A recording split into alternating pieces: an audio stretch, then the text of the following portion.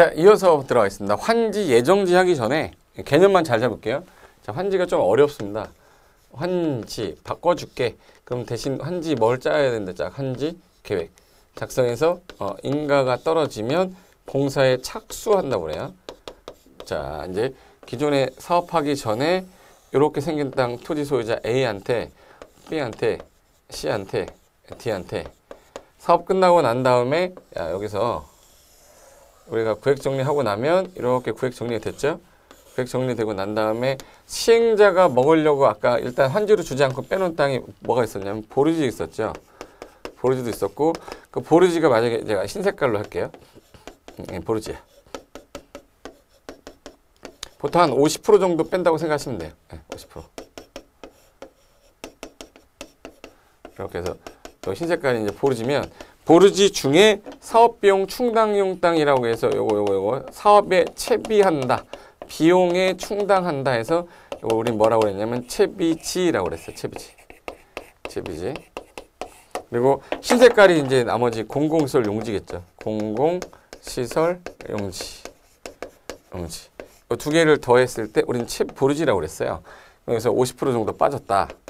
그럼 A는 나중에 일로 가라, B는 일로 가라. 요 환지객 짜는 거죠. 누가 짰어요 지금? 시행자가. 인가권자는 까먹지 말라 했죠? 이건 지정권자가 아니라 특도시군구. 그럼 공사에 착수하고 끝났어. 공사 뭐라고 하죠? 완료. 공사 완료되면 무슨 검사 받으셔야 돼? 준공검사. 준공검사가 끝나야 완전히 끝났다라고 공사 완료 공고 때릴 수 있어요. 공사 완료 뭐예요? 공고. 그 다음에 이제 환지 가져가세요라고 해야 되죠? 우리 이거 환지 처분 공고라고 그래. 환지 처분 공고. 공고한 날 가져가요? 다음날 가져가요? 다음날. 그럼 이제 환지 처분 공고의 다음날 이제 이때 소유권 확정되고 청산금도 이때 확정됩니다. 청산금.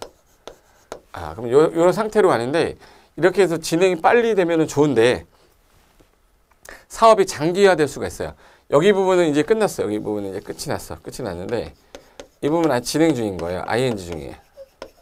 그럼 사업이 장기화되는 와중에 A는 요 땅 완료됐고 B 땅은 요 완료됐고 C 땅 완료됐어. 근데 얘네 땅 완료가 아직 안 된 거예요. 그럼 완료된 부분 그대로 놔두는 건 아깝지 않습니까? 그럼 미리 가서 좀 쓰기라도 해주면 좋은 거 아니냐? 환지 미리 지정해줄게. 미리 좀 써라. 환지로 예정해준다. 그래서 환지 뭐라고 그래? 예정지라고 그래요. 그럼 이제 환지계획 작성에 인가받고 착수는 했는데 사업이 장기화될 때 미리 가서 쓰게끔 해주겠다. 이걸 환지 예정지라고 하고 환지 예정지는 언제부터 쓸 건데 그럼 환지 예정지 효력 발생일을 통지합니다. 이 효력 발생일부터 미리 가서 사용 수익하는데 환지 처분 공고일까지만 쓰다가 다음날 소유권 넘어오겠죠. 그래서 이제 환지 처분 공고가 있는 날까지만 미리 가서 써라. 써라가 두 가지로 얘기하면 사용하고 뭐해라? 수익해라야. 처분 권한은 줄 수가 없어. 처분 권한 소유권은 요때 넘어가니까 이게 환지 뭐라고 그래? 예정지라고 그래요. 그럼 이거는 갑이라는 시행자가 권리관계가 좀 불안해지니까 권리관계를 좀 권리관계라고 그러죠. 권리관계. 좀 약간 조속하게 안정시켜서 미리 가서 쓰세요라고 하는 거를 환지 예정지니까 얘는 반드시 하는 게 아니라 임의적 처분이다라고 그래요. 반드시 하는 처분은 아니고 장기화 될 때 할 수 있다 이런 말 쓰는 거예요. 그래서 여기 페이지 352페이지죠? 페이지는 352페이지 써드릴게. 352페이지. 3번에 1. 환지 예정지 지정 절차 기억 환지 예정지 지정. 시행자는 도시개발 사업 시행을 위해 필요하면 개발구역의 토지에 대해서 예정지 지정할 수 있다. 미리 가서 쓰라고. 이 종전 토지에 대한 임차권자 등이 있으면 임차권자 가서 써야 되니까 예정지에 대한 권리 목적인 토지부 아울러 지정해줘야 이 예정지도 이제 임차인도 가서 쓴다. 니은의 통지권함은 뭐냐면 민간 시행자가 예정지를 지정하려면 토지 소유자하고 해당 토지 임차권자, 지상권자한테 사용수익 권리 가진 자에게 미리 좀 알려서 관계서를 좀 공람시켜줘야 돼. 미리 갈 땅을 알려줘야 됩니다. 그럼 이제 2번에서 중요한 게 효과인데 형광펜은 사용수익권 취득에 나세요. 여기 사용수익권 취득이지 얘는 임의적으로 사용하세요. 예를 들어서 A 땅이 이게 종전 토지라고 할게요. 종전 토지라고 할 때 여기 사용 권리가 있고 수익 권리가 있고 처분 권리는 소유권이죠. 소유권. 그 중에서 무슨 권리만 미리 보내는 거냐면 사용 수익권만 미리 가서 쓰세요라고 하는 거야. 그러면 종전의 토지에는 소유권은 남아 있는 거죠. 그래서 이 사용 수익권의 취득이라는 뜻이지 처분권, 소유권 취득이 아니에요. 그래서 원칙이 환지 예정지가 지정되면 종전 토지의 소유자, 임차권자 등은 예정지 지정 효력 발생한 요 날부터 환지 처분 공고 있는 이날까지 예정지나 부분을 종전과 같은 권리 행사할 수 있는데 종전 토지는 사용 수익하면 안 되죠. 종전 토지는 사용 수익권을 여기로 이전을 했기 때문에 종전 토지는 사용 수익할 수가 없다.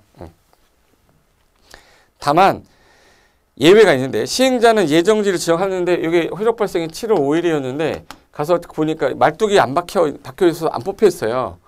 이거 그러면 내가 7월 9일까지 치워놓을 테니까 그때부터 써라. 그러면 이게 사용 수익 개시일이 되는 거예요. 이날부터 사용 수익할 수도 있습니다. 그래서 여기 예외. 시행자는 환지 예정지를 정한 경우에 해당 토지를 사용하거나 수익하는 데에 장애가 될 물건이 그 토지에 있거나 특별한 사유가 있으면 사용 수익 취득할 날을 따로 정할 수 있다. 이 개시일을 따로 정한다 이 뜻이에요. 니은 채비지 사용 수익 처분. 채비지는 아까 사업비용 충당이죠. 이게 예정지로 지정되면 사업비용에 뭐 해야죠? 충당해야 돼. 채비지가 환지 예정지 지정됐을 때는 얘만 사용할 수도 있고 수익할 수도 있고 뭐 할 수도 있어요? 처분할 수 있어요. 특이한 게 얘는 처분이니까 여기다 발표해야죠. 그래서 여기 채비지에다가 그 현관패는 처분에다가 시행자는 채비지 용도로 환지 예정지가 지정이 됐다면 그 개발 사업에 드는 비용을 충당하기 위해 사용 또는 수익에다가 뭐도 가능? 처분도 가능합니다. 됐고, 자 예정지가 장기화되지 않고 그냥 끝났어요. 그럼 완료돼서 준공문서 받고 공사 완료 공고 있으면 준공문서 받고 나서 60일 안에 환지 처분 공고 하셔야 됩니다. 60일 안에 환지 처분 공고 해야 돼. 그래서 4번 환지 처분의 의의부터 나올 건데 이게 뭐야 환지 처분이 환지를 가져가세요라고 처분한다는 뜻이에요. 그래서 여기 환지 처분이란 시행자가 사업이 완료된 후에 환지 계획에 따라 종전의 토지에 가름하여 새로운 토지를 교부해두거나 종전 토지에 관한 권리와 새로운 토지에 관한 권리 간의 과부족분을 금전으로 청산할 것을 결정하는 행정처분을 말한다. 자, 금전으로 해결하겠다 이 얘기죠. 그래서 2번 환지처분의 절차는 공사 완료 공고, 의견 제출, 그리고 준공검사, 환지처분 시기, 통지 공고인데 이거는 순서 외우는 게 아니라 하나 체크할 거예요. 자, 준공검사 받으면 며칠 안에 해라. 60일에서 거기 리을 있죠. 353페이지에 리을에 환지처분의 시기라고 있을 거예요. 거기 보세요. 거기 시행자는 지정권자에 의한 준공검사를 받았다. 준공검사 받은 때 밑줄 치고 거기 밑줄 대통령 영의정 기관에서 현관패 60일 내 환지처분하고 그 다음에 통지공고라는 건 시행자는 환지처분하려면 토지 소유자가 알려야죠. 통지해야 되고 그 다음에 공고해서 보여줘라. 그럼 이제 3번 기존에 있던 A에 있던 여기 모든 권리가 이제 여기로 넘어오는 게 환지처분이죠. 그럼 이제 환지처분의 효과는 권리가 뭐 하는 거예요? 이전하는 거예요. 그래서 여기 기억의 원칙. 환지 계획에서 정해졌던 환지는 환지처분 공고단의 현관패 다음날 종전 토지로 본다. 자, 요 소유권부터 다 넘어오는 게 종전 토지에 있던 모든 권리가 이렇게 넘어오는 게 환지처분 공고일이에요. 다음날이야. 다음날부터 종전 토지로 본다라는 뜻이에요. 종전 토지로 본다. 단어 어렵죠? 개발법 약간 어려운데 익숙해지는 거예요. 한 번, 두 번, 세 번 들으면 이제 무슨 말인지 알겠다 이렇게 되는 거니까 전혀 걱정하지 마세요. 그래서 거기 기억의 둘째 줄 보시면 종전 토지로 보며 그 다음에 환지계획에서 천지를 정하지 아니하던 종전 토지에 있던 권리는 환지처분 공고 끝나는 때 소멸한다. 필요 없는 권리는 없어져야죠. 자 보시면 환지처분 공고를 오늘 2시에 한 거예요. 2시에. 2시에 하면 요때가 정한 게 아니라 셋, 넷, 다, 일곱, 여덟, 아홉, 열하나 삐 하면 이제 환지처분 공고가 이거 끝나는 때라고 그래요. 끝나는 때 필요 없는 권리는 전부 다 뭐 하면 돼요? 소멸하면 되고 1초 되는 순간이 무슨 날이야? 다음 날이야. 다음 날 소유권하고 청산금 확정된다. 이렇게 했어요. 확정되는 시기는 환지처분 공고일의 다음 날. 없어지는 시기는 환지처분 공고가 끝나는 때, 종료하는 때 이런 말씀. 그래서 여기 끝나는 때 소멸한다. 근데 안 따라오는 권리는 아직 심의할 때 가서 볼 거니까 보지 않으셔도 돼. 예외는. 그리고 5번 청산금의 징수교부 시기에서 1번에 확정. 자, 1. 청산금 환지처분 공고된 날이 언제 확정돼요? 다음날 동그라미. 다음날 확정된다. 근데 다음날부터 더 받은 사람은 증환지 받은 사람 있죠. 증환지 받은 사람은 뺏어와야 되니까 이건 청산금을 징수해야 되고, 감환지 받은 사람은 덜 받았으니까 청산금을 뭐 해야죠? 교부해야 되는데, 이 권리관계를 요날부터 5년이란 기간 동안 행사해야 돼. 5년 안에 행사 안 하면 소멸됩니다. 시간이 지나서 효력을 잃어버린다. 이걸 소멸시효라고 그래요. 권리 위에 잠자고 있는 자는 보호받지 못한다. 이런 말 들어보셨나요? 그죠? 들어봤어요? 어디서 들어봤나요? 비법 시간에. 그래서 권리 행사 안 했으니까 소멸하라 배우리겠다. 그러니까 예를 들어서 공소시효 이런 거 들어봤죠? 뭐 이런 제도가 있으면 좋은 건지 나쁜 건지는 저는 이렇게 판단하기는 좀 그렇겠지만, 일정 기간 동안 아무것도 안 되고 범인이 안 잡히면 범인은 이제 없어진 거를 봐서 그 범사가 공소 제기를 못 하는 거예요.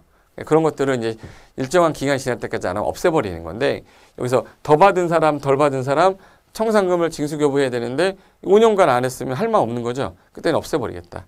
그래서 여기 2번 결정 시기는 환지 처분하면서 결정을 하는 거예요. 그리고 징수교부 시기는 니은에 있어요. 징수교부 시기. 니은. 시행자는 환지 처분 공고된 후에 확정이 된 청산금을 더 가져간 사람 징수. 그리고 덜 받은 사람 교부해야 되는데, 만약에 환지 안 받기로 했으면 미리 교부해줬죠. 환지 안 받기로 한 사람은 착수할 때 돈 받고 미리 나갔을 거예요. 환지 부지정은. 그래서 환지를 정하지 아니한 토지에 대해서는 환지 처분하기 전에도 청산금 교부해서 끝내버릴 수 있다.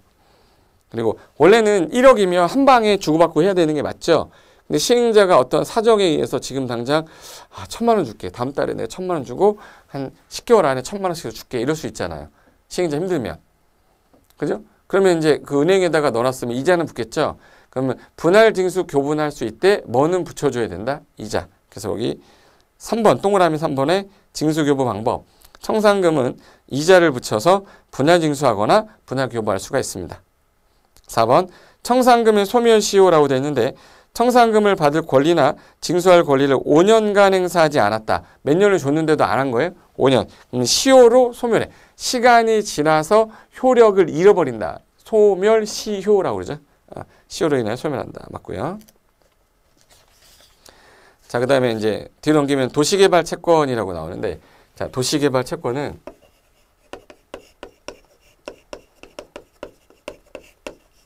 토지상환 채권하고 다르죠. 상환자가 들어가는 채권은 공법에서 다 기명식이에요. 근데 상환자 안 들어가면 다 무기명으로 보셔도 됩니다.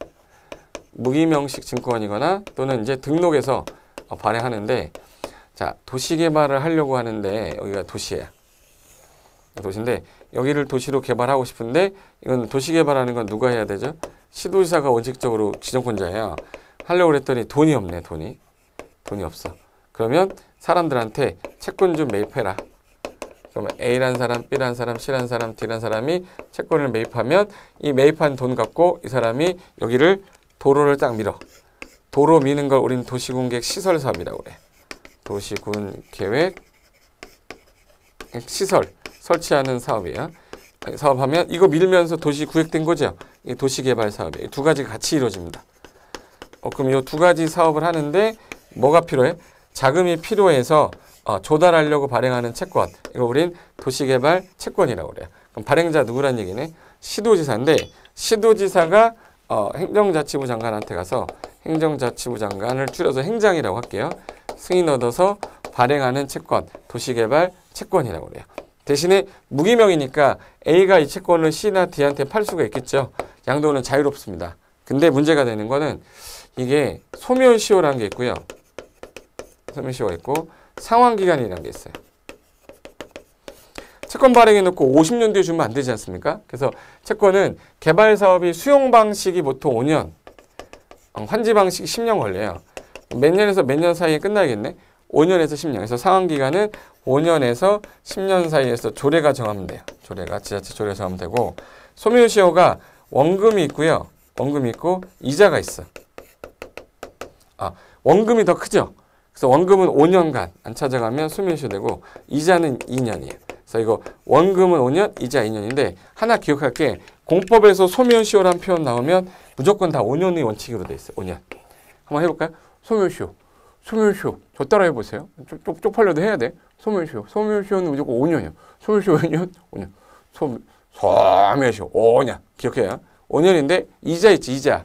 이자는 금액이 작으니까 이자는 몇 년? 2년. 그래서 원, 오, 이라고 그래. 원금 5년, 이자 2년. 이자니까 2년이죠.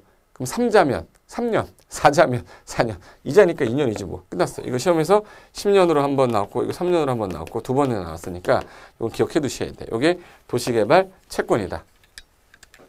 자, 1번 발행자부터 할까요? 자, 지자체장은 위에다가 시도지사라고 쓰세요. 시도지사는 도시개발사업 동그라미, 도시공개시설사업 동그라미 두 가지 사업을 하는데 자금 조달하려고 채권 발행할 수 있다. 누가? 시도지사가. 이 경우 도시개발 채권은 시도 조례가 정하는 바에 따라 누가 발행하는 데서 시도지사가. 시도는 채권의 발행을 할 때 일정한 사항에 대해 밑줄 현관펜 행정자치부 장관 뭐들 승인. 행정자치부 장관 승인. 소멸시효가 있는 유일한 채권입니다. 소멸시효가 원, 이. 원금 5년. 소멸시효 무조건 소멸시효 5년입니다. 이자니까 뭐 2년. 원, 오, 이. 발행 방법 3번에 도시개발 채권은 등록하여 발행하거나 밑줄 등록 무기명 밑줄. 여기 기명이라고 시험에 자꾸 낼 거예요. 상환자 들어가는 것만 너한테 주겠다 기명하거든요. 그거 아니면 다 무기명으로 찍거나 등록 발행 가능하다 이렇게 하시면 돼요. 발행 방법 필요한 거는 조례가 정하면 되고 이 도시개발 채권의 이율은 조례가 정하고 항상 행장 승인 얻어야죠. 그리고 현관펜 토지산 채권의 상환은 현관펜 5년에서 10년 사이에서 조례가 정하면 됩니다. 됐고 4번. 그럼 이거 누가 A, B, C, D 누가 매입하냐? 이가 이익 받는 자. 그래서 매입해가지고 옆에 이득 받는 자라고 쓰세요. 이득 받는 자. 이득 받는 자. 누가 하는 거예요? 이득. 그러니까 개발 사업 하는 자들 있죠. 하도급 받는 자 이런. 그래서 기억, 니은, 디귿인데 기억이 수용 사용 방식 할 때 공공시행자 도급 계약 체결해서 사업을 하게 되는 자. 니은에 시행자 외에, 기억 시행자 외에 개발 사업 하는 자. 그리고 국토개혁법의 형질 변경에서 토지가치 올라가는 이득 받는 자. 이런 사람들한테 매입하게 했다가 5년에서 몇 년 사이에 주겠다? 10년 사이에 주겠다. 대신에 상환기간은 몇 년을 초과할 수 없어요? 5년에서 몇 년이? 아까 10년. 5년에서 10년 사이에서 주겠다. 네, 대신에 요거 권리행사를 해야 되는데 권리행사를 우리 공법에서 나오면 다 몇 년으로 잡고 있어요? 권리에서 잠자는 거는 보통 5년 잡고 있어요. 그래서 뭐 민사채권, 상사채권은 뭐 기간이 다르다고 민법 시간에 배울 건데 그냥 공법 시간에는 그냥 제 생각하시면서 소멸시효 5년 이렇게 기억하면 돼요. 뭐 문제 어려울 거 없습니다. 여기까지가 도시개발 사업에 나왔던 채권 관련된 거고요. 자, 조금 전까지 하는 게 도시개발 사업이면 자, 이제부터 하는 거는 법 이름이 바뀌어요. 거기 페이지가 자, 확인학습은 참고로 보시고 356페이지로 바뀝니다. 356페이지. 356페이지부터는 뭐냐면 정비법이에요. 자, 정비법이 뭐냐면 개발 사업은 토지 밀었던 거죠. 근데 여기는 토지를 미는 게 아니라 기존의 건물 중에 오래된 것들을 다시 한번 미는 거예요. 사업 방식은 개발 사업하고 유사하게 하는데 단어가 바뀌기 시작하는 거예요. 그러니까 개발법을 좀 잘해두면 정비법이 좀 쉽습니다. 여기 보세요. 자, 이제 정비. 자, 여기가 도시예요. 자, 여기 서울로 할까요? 서울시. 서울특별시. 서울특별시라는 도시 보면 여기저기 건물들이 오래된 건물들이 밀집된 지역이 나타나기 시작해요. 밀집된 지역이 나타나. 한두 군데겠어요? 수백 군데겠어요? 수백 군데죠. 그럼 여기 건물들이 막 밀집되어 있는 거예요. 이런 것들이 밀집되어 있을 때 한 개, 두 개, 세 개를 한꺼번에 왕창하면 계획성 없이 하게 되면 또 난잡한 개발이 될까봐 그러면 도시 기능이 떨어졌어요. 그럼 다시 살려야죠. 그럼 다시 살린다는 게 재정비하는 거죠. 그럼 재개발을 한다거나 재건축을 하는 게 주 목적인 게 요 정비 사업인 거예요. 그 와중에 달동네라는 동네에서 하는 거는 재개발할 능력이 안 돼서 주거환경을 지자체에서 개선해줬고 그걸 주거환경 개선 사업이라고 그러고 주로 주택이 주 대상이다 보니까 주택 재개발을 했는데 주택 재건축을 했는데 상가 공장도 있잖아요. 상가 공장은 진짜 뭐 많지는 않지만 여기는 도시환경으로 해서 도시환경 정비 사업을 하겠다 해서 따로 또 뺐어. 그래서 얘는 정비 사업이라는 거는 크게 4가지가 있다가 최근에 개정되면서 2가지가 들어왔어요. 총 6개 사업으로 현재 바뀌었는데 조만간 또 이걸 바꾼다고 하고 있는데 일단 바꾸기 전까지는 공법은 그대로 유지하다가 3월 달에 중간에 바뀌면 바뀐 규정으로 공부를 다시 하셔야 돼. 5월 달에 바뀌면 5월 달에 바뀐 규정 또 하셔야 되니까 중간중간에 법이 개정될 수가 있다라는 것만 유념하고 계셨다가 바뀌게 되면 요건 되게 중요한 개정이니까 꼭 보세요. 그럼 시험에 잘 나옵니다. 그럼 일단 목적 한번 볼까요? 356페이지 목적. 도시 및 주거환경 정비법은 도시 기능이 회복이 좀 필요하거나 주거환경이 약간 불량해요. 그러면 계획적으로 싹 정비를 해서 오래된 노후불량 건축물을 효율적으로 개량하려고 하는 사항을 규정해서 도시환경 개선하고 주거생활의 질을 높이는 데 이바지할 것 목적으로 하겠다. 용어 정리해가지고 1번에 정비구역 나오죠. 정비사업을 계획적 시행하기 위해 지정고시한 땅. 이게 정비구역이에요. 이 정비사업. 이 법에 정한 절차에 따라 도시 기능을 다시 뭐 하는 거죠? 회복해가기 위해서 정비구역이나 또는 가로구역, 정비구역 또는 가로구역이 여기서 정비구역이라는 게 먼저 나왔고요. 차후에 가로구역이 나온 거예요.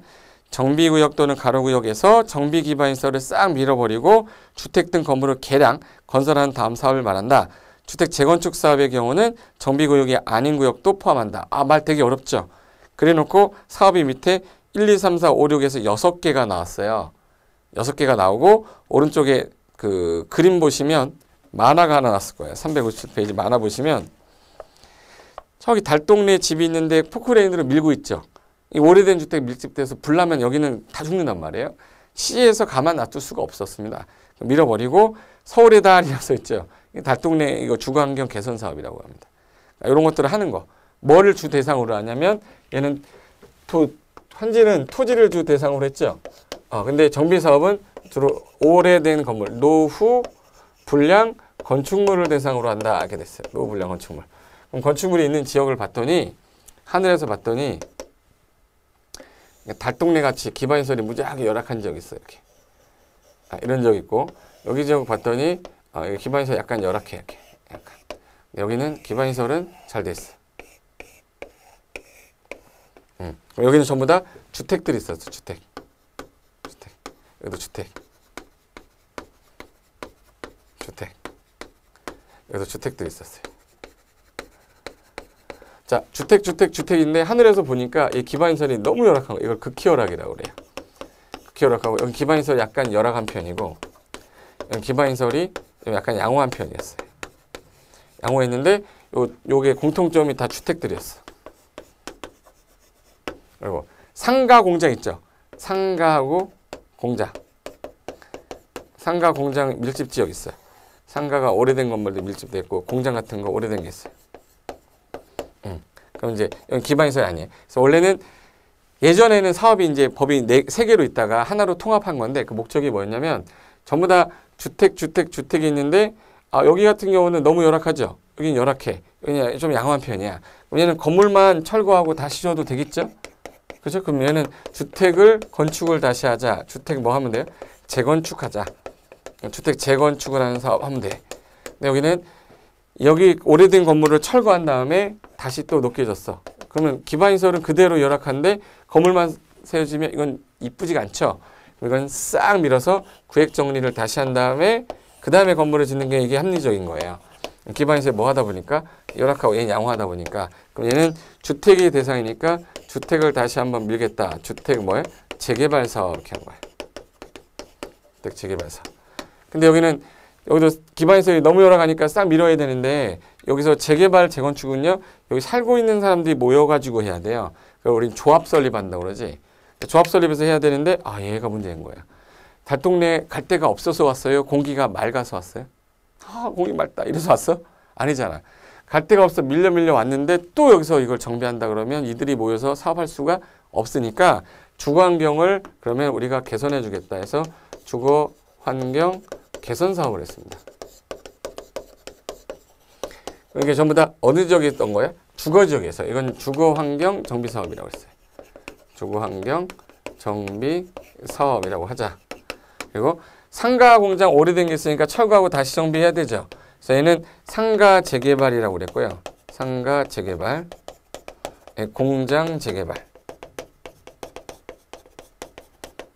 상가 재개발, 공장 재개발, 주택 재개발에서 이 세 가지가 재개발법에 있었고, 주택 재건축 사업은 주택 건설 촉진법에 있었고요.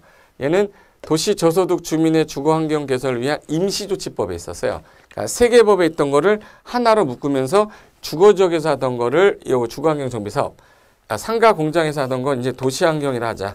도시 환경을 정비하는 사업이다 해서 도시 환경 정비 사업 이렇게 만들었어요. 네, 얘는 지금 현재 어느 지역이죠? 도시가 주거 지역이죠. 그래서 주거 지역하고 도시 지역에서 같이 하는 거니까 이걸 두 개를 묶어서 그럼 도시 및 주거 환경 정비 사업에서 도시 및 주거 환경 정비하는 법에서 하나의 법으로 통합시킨 거예요. 이걸 도시 및 주거 환경 정비법이 된 거예요. 이 법이.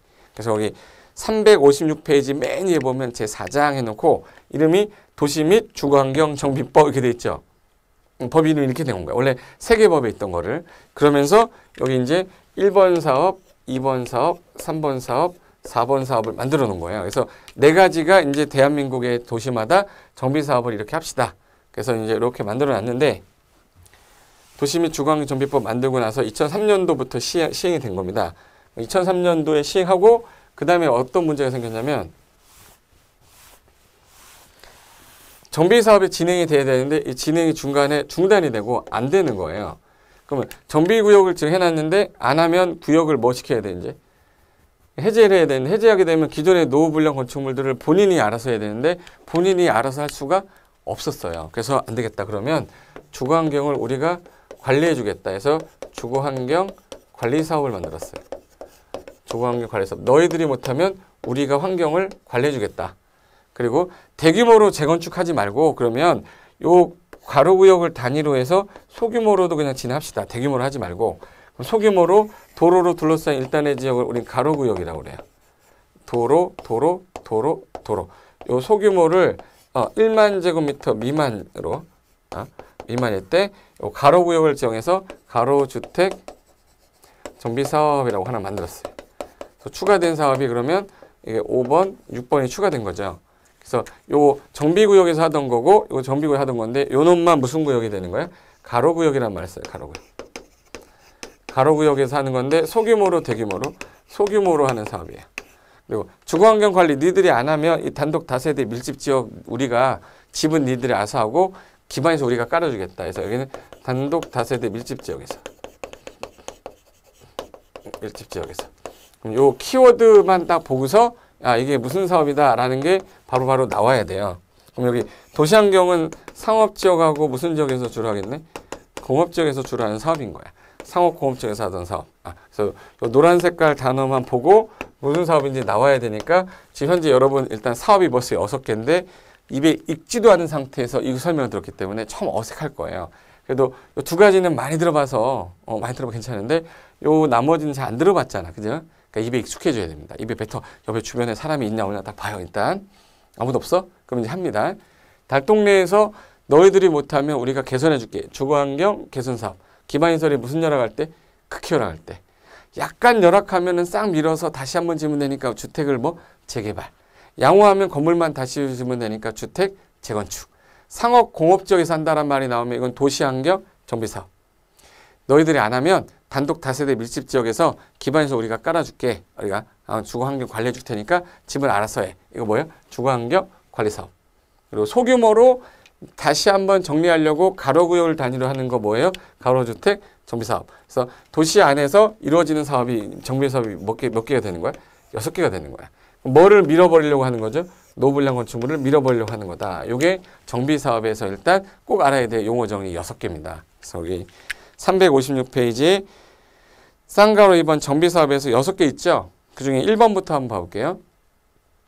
자, 주거환경 개선 사업이 떴어. 무슨 동네가 떠올라야 돼?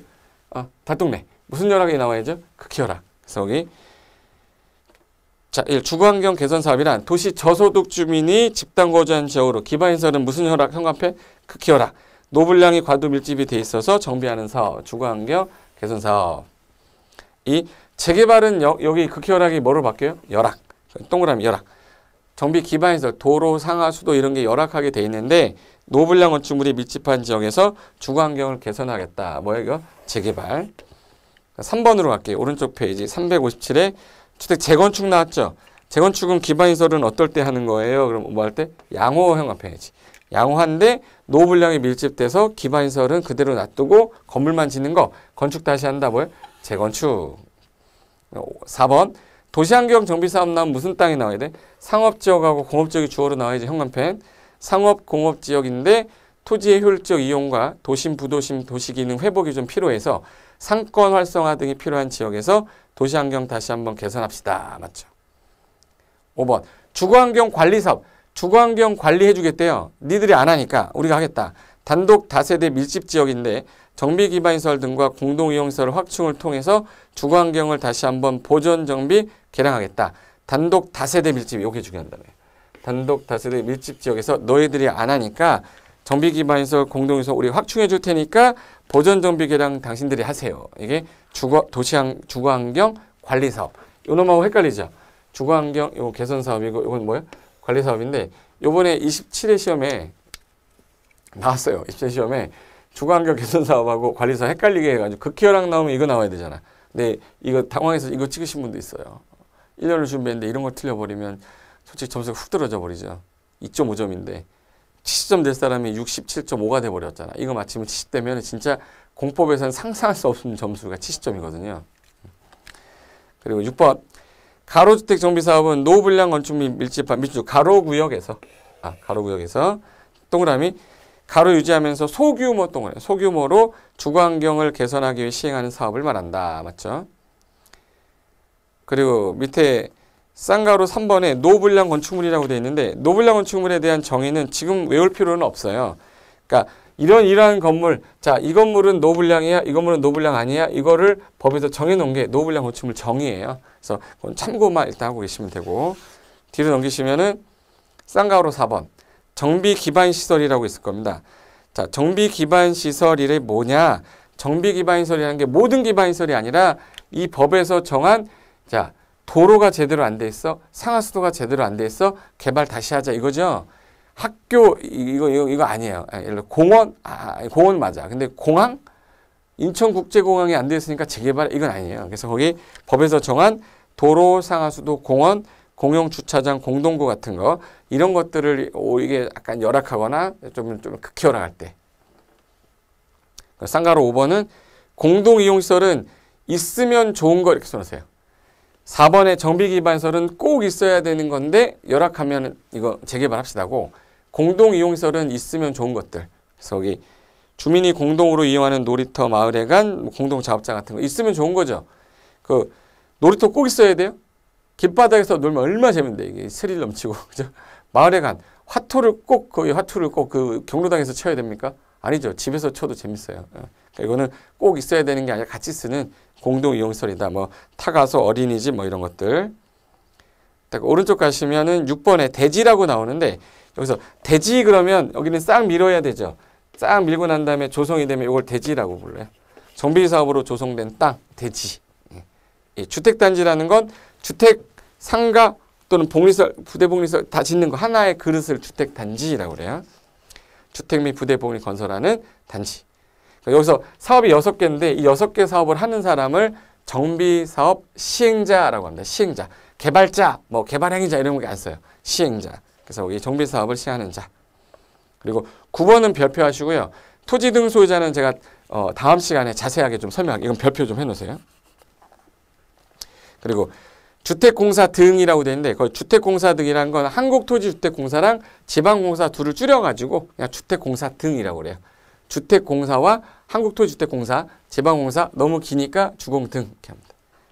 정관등이라고 되어 있는데 우리가 정한 약속을 정관, 조합이 작성하는 거 정관, 일반 토지 소유자 몇 명이서 정한 약속을 규약, 공공기관에 작성하는 걸 규정이라고 그래요.